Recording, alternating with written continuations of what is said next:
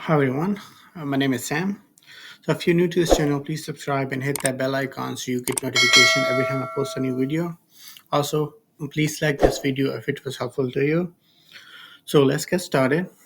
So in this video, I'll show you how you can make your computer faster. So if you're using your Windows computer for a while, you can make it faster by deleting some of the older file and by getting rid of the some of the apps or application that you have downloaded but you never use.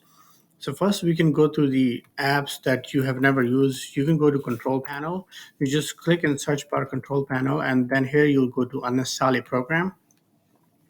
And here you will see all the applications that you have installed on your computer. So if you want to get rid of some of them, you just click on it and it will kind of give you an option on that, hey, do you want to uninstall this? And then you will go ahead with the uninstallation, but I'm not going to install this. But yeah, you go here and see some of the apps you will recognize that you downloaded over the years and you don't use them anymore. So you will be able to uh, delete them, and then it will kind of free up more space for you, and it will kind of free up the space that the computer is using to do other processes. And the other thing is you can get rid of the temporary files on your computer. So what you can do for that is you go to type in run and then click on it. And here you'll type in prefetch. So it's prefetch. And here, so prefix are basically a sort of a temporary files that your computer kind of piles up over the year. Whenever you visit a new application, it kind of create a file for that to make it access faster. But since you have been using your computer for a while, some of these files are no longer in use or you're not using them anymore, but they have files created here, so that kind of slow down your computer. So what you can do is just delete all of them. Not every file in here will be deleted, but some of them will be left alone, but you just keep them, you just skip them, and then that's it for this one. So after this you'll do the same thing, run, and now you will be deleting the temporary file. So you just click on you just type in temp, click OK.